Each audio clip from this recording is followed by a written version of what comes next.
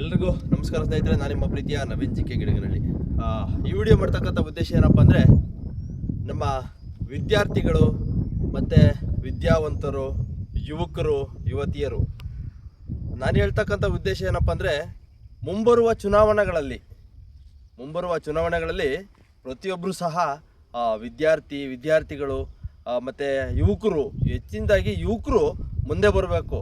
ಚುನಾವಣೆಗಳಲ್ಲಿ ಗ್ರಾಮ ಪಂಚಾಯಿತಿಗಳಾಗಿರ್ಬೋದು, ತಾಲೂಕು ಪಂಚಾಯಿತಿಗಳಾಗಿರ್ಬೋದು, ಜಿಲ್ಲಾ ಪಂಚಾಯಿತಿ ಆಗಿರ್ಬೋದು, MLA ಗಳಾಗಿರ್ಬೋದು, MP ಚುನಾವಣೆಗಳಾಗಿರ್ಬೋದು, ಪ್ರತಿಯೊಂದು ಚುನಾವಣೆ ರಂಗದಲ್ಲೂ ಸಹ ಯುವಕರು ಹೆಚ್ಚಿನದಾಗಿ ಸ್ಪರ್ಧೆ ಮಾಡುವ ಮೂಲಕ ನಿಮ್ಮ ಒಂದು ಸ್ಥಾನಮಾನಗಳನ್ನು ನೀವು ಕಲ್ಪಿಸ್ಕೊಳ್ಬೇಕು ಅಂತಂದು ಹೇಳ್ಬಿಟ್ಟು ನಾನು ಈ ಮೂಲಕ ಹೇಳಕ್ಕೆ ಇಷ್ಟಪಡ್ತೀನಿ. ಯಾಕಪ್ಪ ಅಂತಂದರೆ, ಈ ಒಂದು ವ್ಯವಸ್ಥೆಯಲ್ಲಿ ಪ್ರತಿಯೊಬ್ಬ ಜನನಾಯಕನ ಹಿಂದೆನೂ ಸಹ ಹಲವಾರು ಸಂಖ್ಯೆಯಲ್ಲಿ ಎಲ್ಲ ಯುವ ಪ್ರತಿಭೆಗಳೇ ಅವರಿಗೆ ನಾವು ಏನು ಪ್ರೋತ್ಸಾಹ ಬೆಂಬಲವನ್ನು ಕೊಟ್ಕೊಂಡು ಅವ್ರ ಹಿಂದೆ ಅಣ್ಣನಿಗೆ ಜೈ, ಅಕ್ಕನಿಗೆ ಜೈ ಅಂತಂದು ಹೇಳ್ಬಿಟ್ಟು ನಾವು ಹೋಗ್ತಾ ಇದ್ದೀವಿ.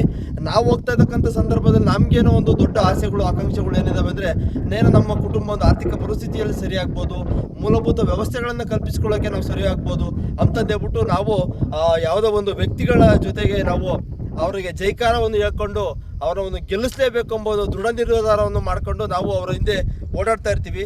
ಆದರೆ ಇಲ್ಲಿ ಯಾವುದೇ ಕಾರಣಕ್ಕೂ ಗೆಲ್ಲುವವರೆಗೂ ಮಾತ್ರ ನಮ್ಮನ್ನು ಯುವಕರು, ನೀವೆಲ್ಲ ಬುದ್ಧಿವಂತರು ಅಂತಂದು ಹೇಳ್ಬಿಟ್ಟು ನಮ್ಮನ್ನೆಲ್ಲ ಬಳಸ್ಕೊಳ್ತಾರೆ.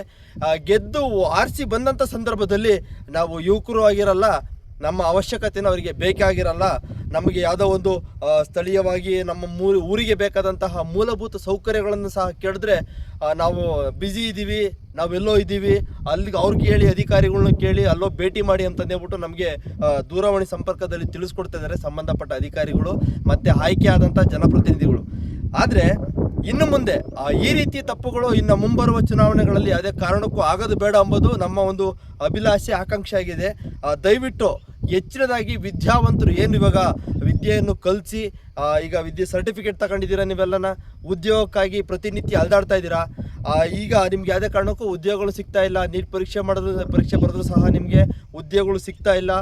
ಉದ್ಯೋಗನ ಆಯ್ಕೆ ಮಾಡಿ ನಮಗೆ ಕೊಡಿ ಅಂತಂದೇಳಿ ಕೇಳಿ ಹೋರಾಟಗಳು ಮಾಡ್ತಾಯಿದ್ರು, ಬೀದಿಗಿಳಿದ್ರು ಸಹ ಯಾವುದೇ ಕಾರಣಕ್ಕೂ ವಿದ್ಯಾರ್ಥಿಗಳ ಬಗ್ಗೆ ಅಧಿಕಾರಿಗಳು, ಜನಪ್ರತಿನಿಧಿಗಳು ಗಮನ ಹರಿಸ್ತಾ ಇಲ್ಲ.